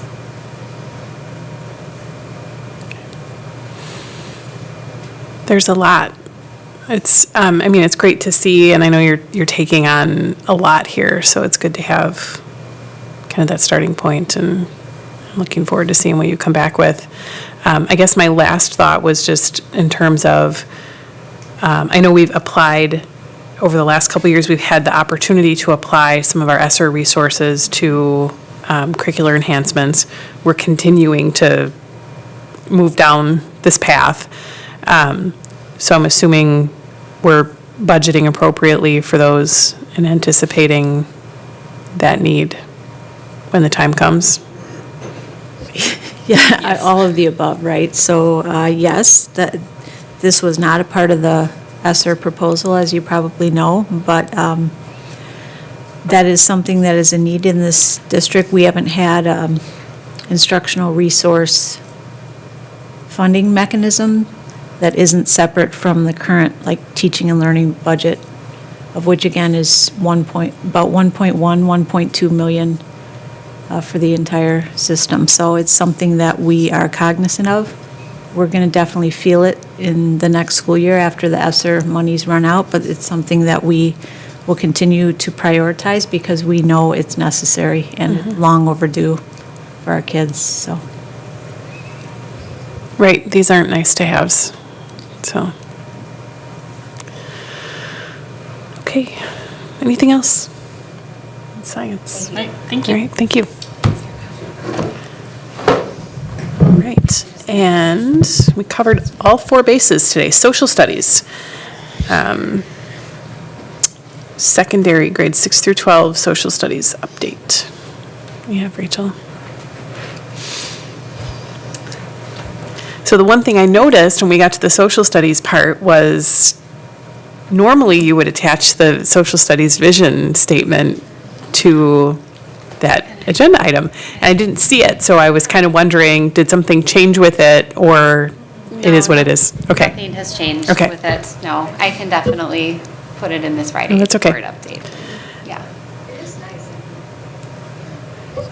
I love them. We each have a binder. I have it with it on there. I think the reason she didn't put it up there is because that wasn't new. This is just an update. So. Yeah, so last time I was here around social studies, I talked primarily around middle school. And so tonight and this presentation, as you know, focused predominantly on some of the updates around high school. I think the biggest difference just in terms of what I hope you were able to see with the course syllabi is that because the high school scope and sequence is just a bit more extensive, we ended up linking in the course syllabi those unit plans. They're not directly like in the middle school where they're directly in the syllabus. We had a separate document just in order to not make that UBD like a 16-page document. So it's still a something that parents, guardians can see when they log onto our website, but it's embedded into the UBD. But As you know, our teams have spent a lot of time making sure that we're aligning the curriculum to our new resource, aligned to standards, and that, again, we're just being super transparent with what content we're teaching. I'm going to go move for approval. Just project for them. What's coming? I can't hear you guys. I can do it myself. I was just saying for the board, we're looking in June, I believe, to have these approved. It was originally May. It was originally May, but I know, Move it. just depending on the transition with board members, et cetera, it was a request to perhaps move it to June. So we always like to forecast what you're looking to do with the information that we're giving you, okay? So all of these course syllabi, in essence, over the next few months, we'll be seeking your approval on. So it's just important that we continue to have these and review them and ask questions as we go. So I just wanted to remind you of that.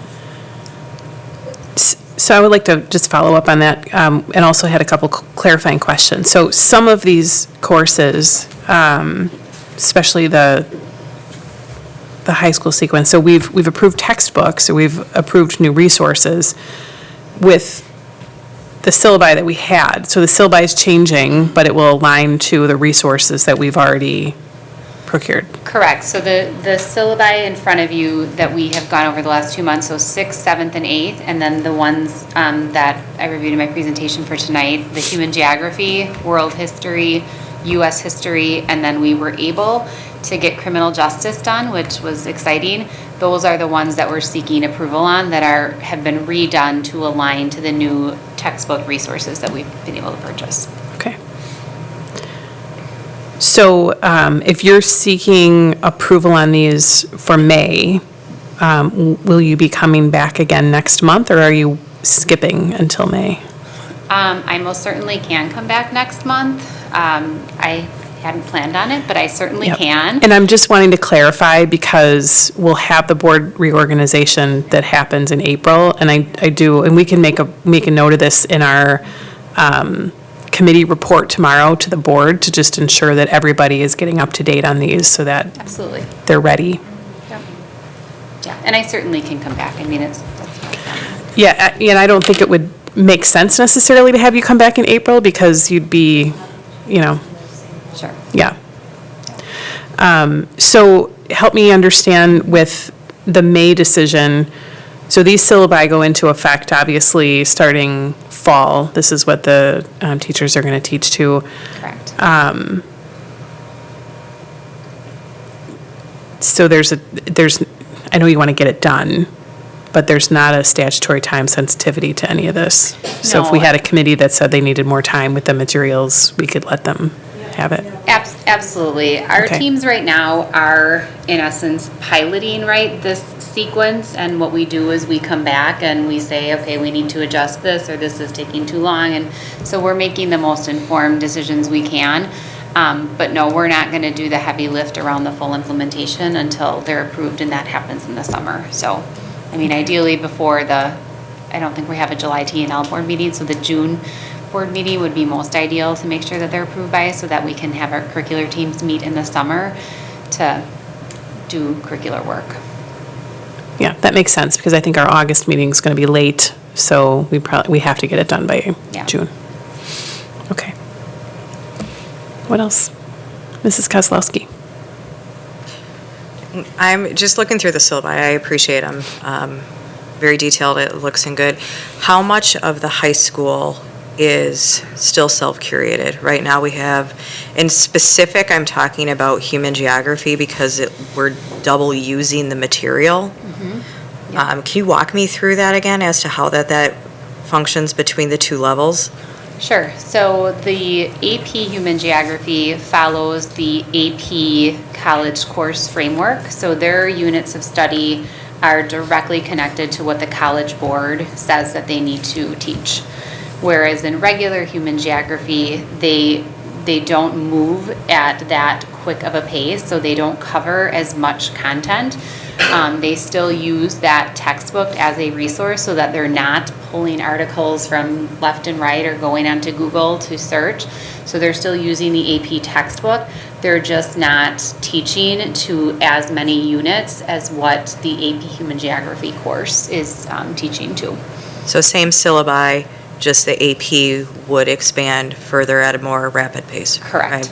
Correct. And then the material itself is giving the teachers guidance on teaching and topics and discussions, same thing that we've been talking about, right? 100%, Okay, yes. that was the only one that I was, Yep, just how we were double using it. yep. Okay, thank you. Anything else? Okay. You're getting off easy on this one, Mr. Como. I like the UBD approach. I think it's actually, it's just well-designed. And we've used it for a long time. And I think once you get used to it, you know what you want to look for as a board member.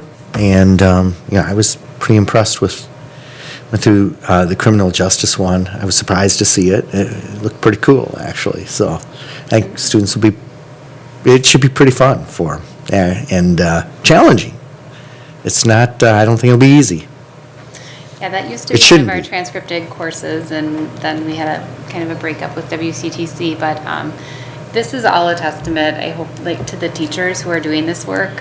We had criminal justice teachers who said, we don't want to wait, and can we get this work done? If we can do it, can we make it happen? And, right, like, if I can say yes, why wouldn't I? So, again, we were really glad to see that we could get it in front of you, because they most certainly want to get it approved and get on the same page. There's nothing like passion, and if you can keep momentum going, those are key. Yeah, fantastic. I'm excited for it. Thank you for the update, and we'll work together to make sure that as we go through the committee transitions, that everybody's prepared. Sure. So thank you. Sounds good. Thank you. All right, thank you. Well, we hit a lot of areas, so all parts of the brain should be sufficiently stimulated. We don't have a KPI update this month, but we do next month, if I'm not mistaken, right? We don't, but we're going to bring our 4K assessment as approval there, so. Yep. It'll probably be up in general business, but nonetheless, you'll be approving that. I just want to thank the board again.